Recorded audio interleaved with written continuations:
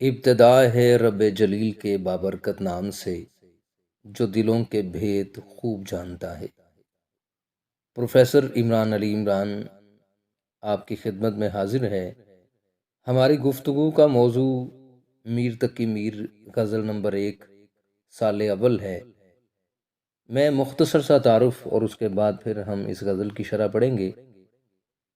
خدائے سخن شہنشاہ غزل میر تقی میر 1723 میں آگرہ میں پیدا ہوئے۔ آباء و اجداد کا تعلق حجاز مقدس سے تھا اور سادات گھرانے سے۔ ایک بنیادی سوال ہے کہ میر کو غم کا شاعر کہا جاتا ہے، کیوں کہا جاتا ہے؟ میر کی شاعری میں غم کہاں سے آیا؟ اس کی کیا وجوہات ہیں؟ ہم مختصر اس کا جائزہ لیں گے۔ پہلی وجہ یہ کہ میر کو بچپن میں ہی ماں باپ کی جدائی کا غم سہنا پڑا۔ بعد میں جو چچا میر امان اللہ تھے، انہوں نے پرورش کی۔ ابھی غالباً 10 برس کے تھے کہ چچا کا بھی وصال ہو گیا۔ دوسری وجہ میر کے ہاں غم جو نظر آتا ہے، میر کے جو سوتیلے بھائی تھے انہوں نے اچھا سلوک نہ کیا اور فکر معاش یعنی غم روزگار نے بھی آن گھیرا۔ تیسری وجہ میر کے جو منہ بولے ماموں تھے سراج الدین خان آرزو، ان کی بدسلوکی اور عین جوانی میں محبوب کی بے وفائی و کج ادائی تھی، یعنی غم جانا بھی میر کی زندگی میں شامل ہوا۔ محبوب کا غم تمام غموں پر چونکہ بھاری ہوتا ہے، جسے برداشت کرنا اور بھلا دینا ناممکنات میں سے ہے۔ اسی لیے میر صاحب کو اس عہد میں جنون اور پاگل پن کے دورے بھی پڑتے تھے، اور وہ غم جانا میں بچوں کی طرح دھاڑے مار مار کر روتے تھے، بلکہ اس قدر اونچی اونچی آواز میں روتے تھے کہ ہمسائے بھی ٹھیک سے سو نہیں پاتے تھے۔ اب اس کیفیت کی میر صاحب نے یوں عکاسی کی ہے، لکھتے ہیں کہ جو اس زور سے میر روتا رہے گا، جو اس زور سے میر روتا رہے گا، تو ہمسایہ کاہے کو سوتا رہے گا۔ پھر ایک جگہ وہ لکھتے ہیں کہ میر صاحب رلا گئے سب کو، کل وہ تشریف یہاں بھی لائے تھے۔ اب اس کی چوتھی وجہ کیا ہے؟ چوتھی وجہ دلی کا غم ہے جو میر صاحب کی شاعری میں ہمیں جھلکتا ہے۔ میر صاحب نے دلی شہر کا جو عروج ہے، اس کی جو بلندی ہے، اس کی جو کامیابی، وہ جو سنہری دور تھا، وہ بھی میر صاحب نے دیکھا۔ بادشاہوں کی جشن تاج پوشی بھی دیکھی اور متکبرانہ دعوے بھی سنے، اور پھر دلی کے اجڑنے کا منظر بھی۔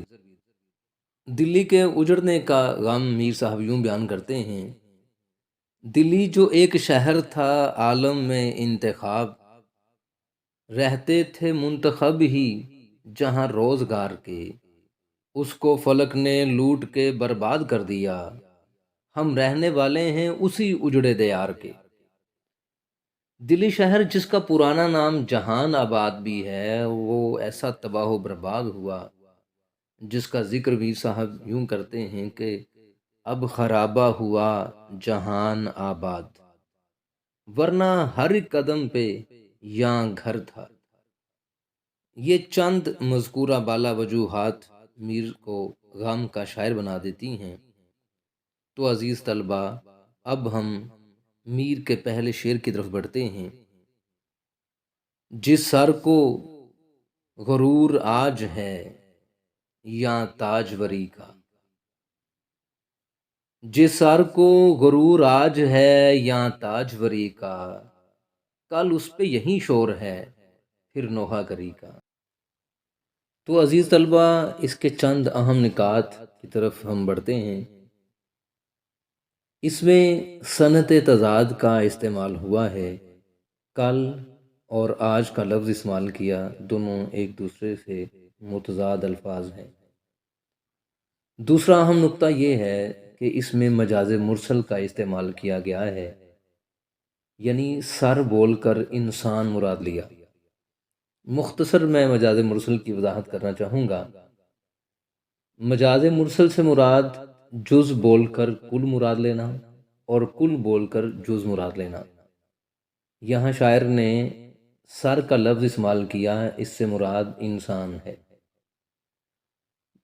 اب کل بول کر جز مراد لینا کیا ہے؟ مثال کے طور پر مجھ سے کوئی کہتا ہے کہ مجھے پیاس لگی ہے، تو براہ کرم ایک گلاس پانی دے دیجئے۔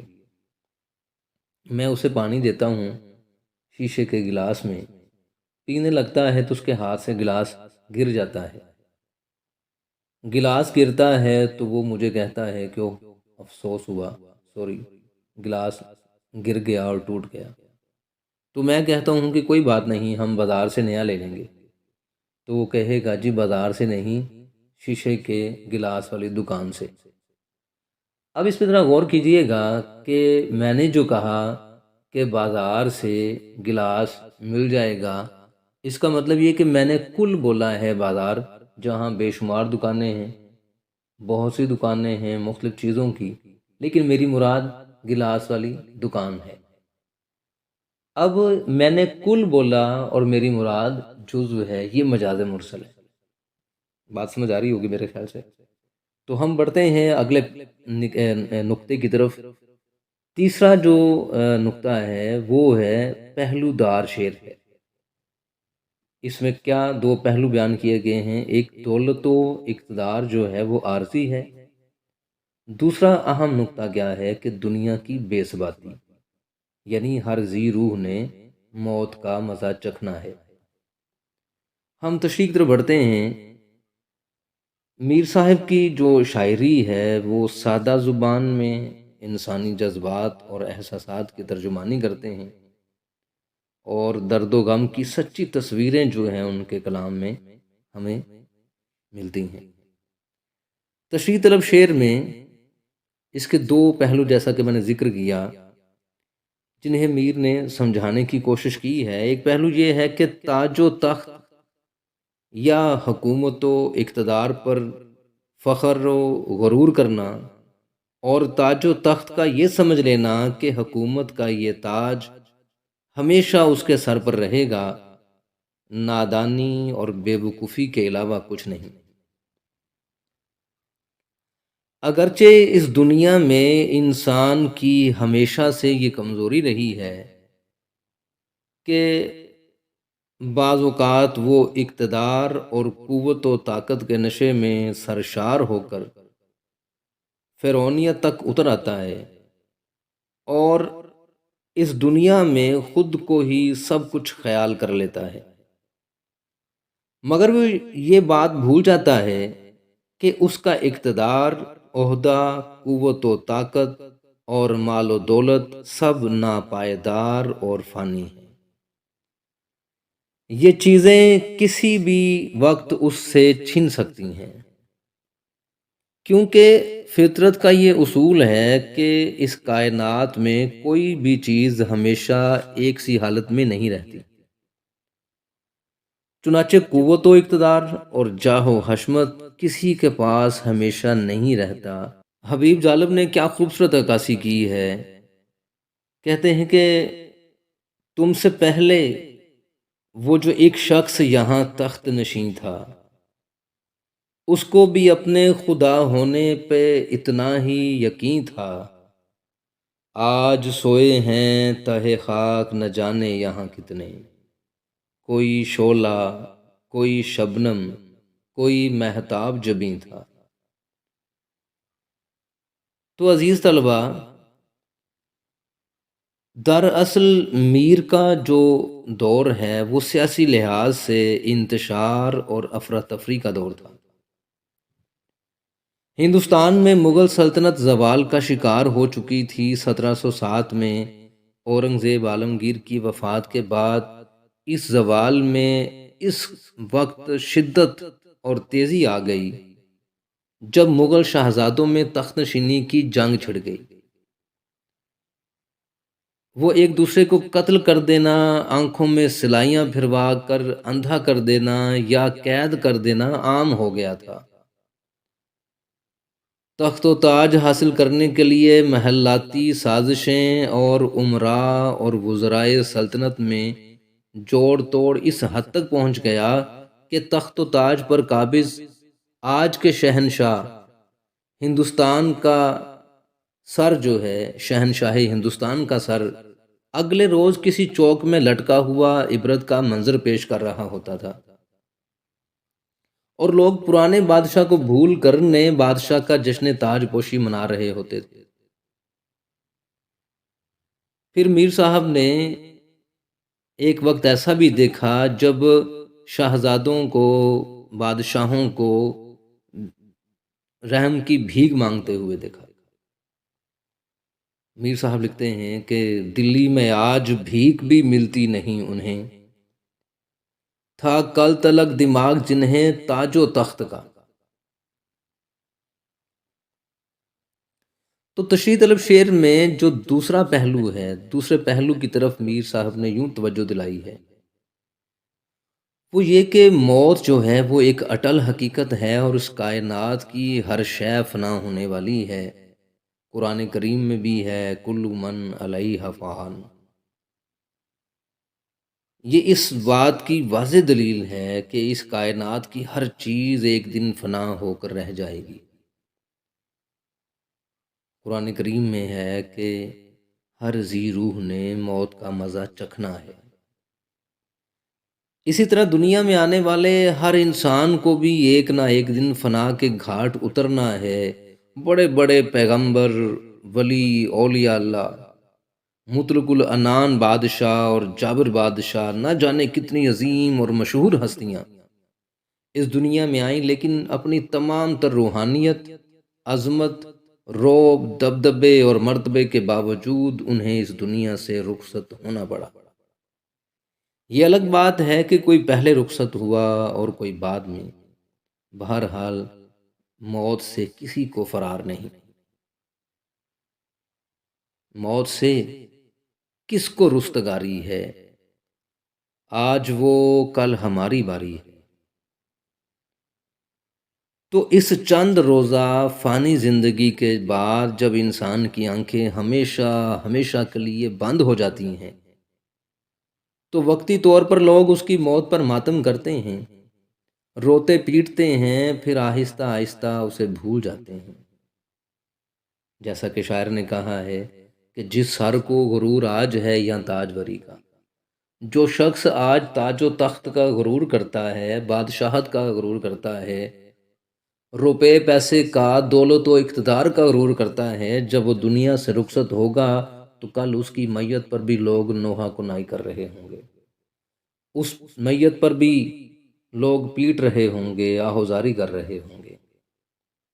پھر اس پہ یہی شور ہے، کل اس پہ یہی شور ہے پھر نوحہ گری۔ میرا خیال ہے بات آپ سمجھ رہے ہوں گے۔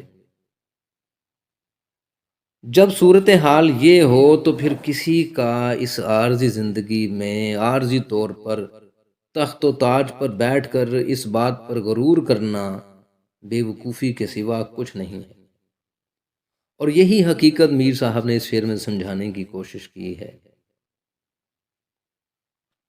اپنے مرتبے اور جاہ و جلال پر گھمنڈ کرنے والوں کو میر اپنے ایک شعر میں یوں نصیحت کرتے ہیں، اے حب جاہ والو، جو آج تاجور ہے، کل اس کو دیکھیو تم، نہ تاج ہے نہ سر ہے۔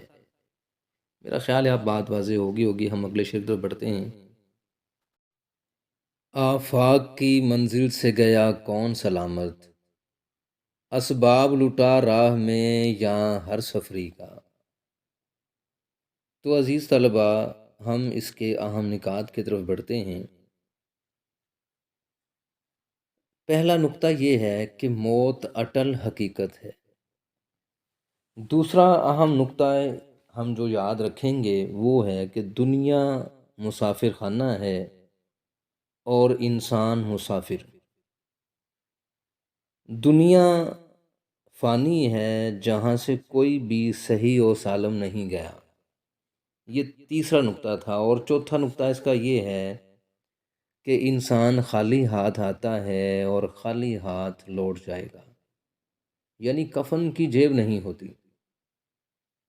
تو شعر کا مفہوم کچھ یوں ہے کہ دنیا کی اس منزل سے کوئی بھی سلامتی کے ساتھ نہیں گزرا۔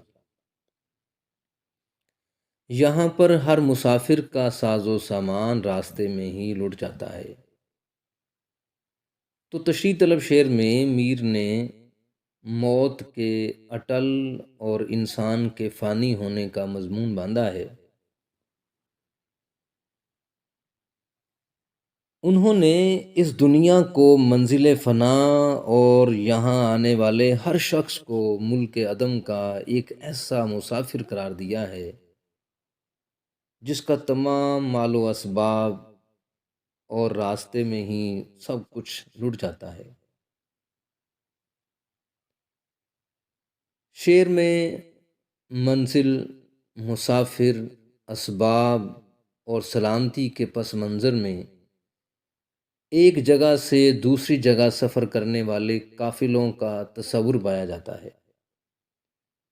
موجودہ ذرائع آمد و رفت اور سڑکیں وغیرہ نہ ہونے کے باعث پرانے زمانے میں لوگ قافلوں کی صورت میں سفر کیا کرتے تھے، اور تاریخ بتاتی ہے کہ ڈاکو اور لٹیرے ان کے راستوں میں گھات لگا کر بیٹھ جاتے تھے اور موقع ملنے پر انہیں لوٹ لیتے اور ان کے مال و اسباب سے انہیں محروم کر دیتے۔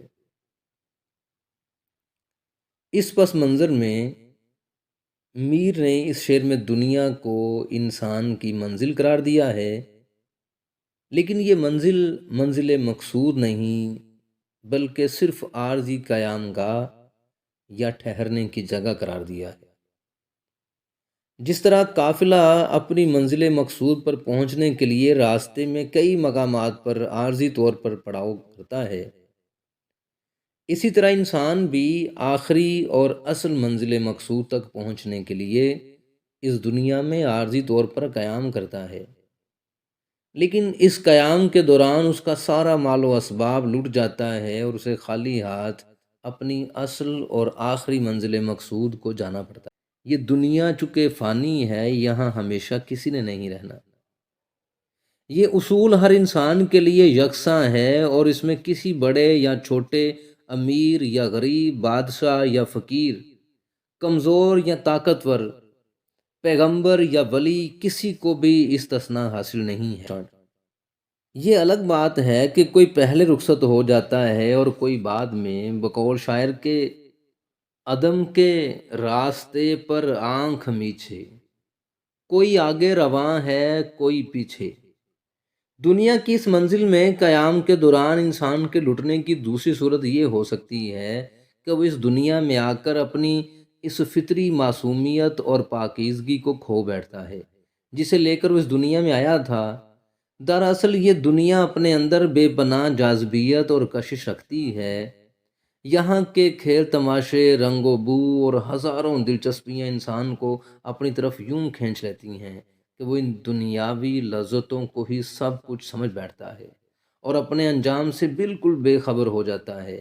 یہاں کی آسائشوں اور سہولتوں کے حصول میں وہ اس قدر کھو جاتا ہے کہ نہ صرف اپنی فطری معصومیت اور پاکیزگی کھو بیٹھتا ہے بلکہ دنیا سے رخصت ہوتے وقت اس کے سر پر گناہوں کا بوجھ بھی پڑا ہوتا ہے۔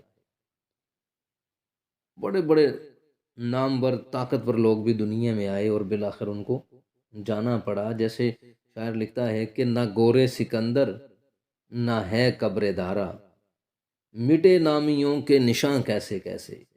اس دنیا میں یہ جو فانی دنیا ہے یہ دل لگانے کی جگہ نہیں ہے۔ کسی شاعر نے کیا خوب کہا کہ جگہ جی لگانے کی دنیا نہیں ہے، یہ عبرت کی جا ہے، تماشا نہیں ہے۔ تو اس دنیا میں جو بھی آیا ہے بالآخر اس نے یہاں سے لوٹ جانا ہے۔ مختصراً یوں کہا جا سکتا ہے کہ میر نے اس شعر میں دنیا کی بے ثباتی اور انسان کے فانی ہونے کا احساس لایا ہے۔ لیکن اصل میں اس شعر میں یہ پیغام بھی پوشیدہ ہے کہ جب ہم اس دنیا کے مادی مال و اسباب میں سے کچھ بھی اپنے ساتھ لے کر آخرت کی منزل کی طرف نہیں جا سکتے تو پھر اس مال و اسباب کے حصول کے لیے اس قدر تگ و دو کیوں کرتے ہیں؟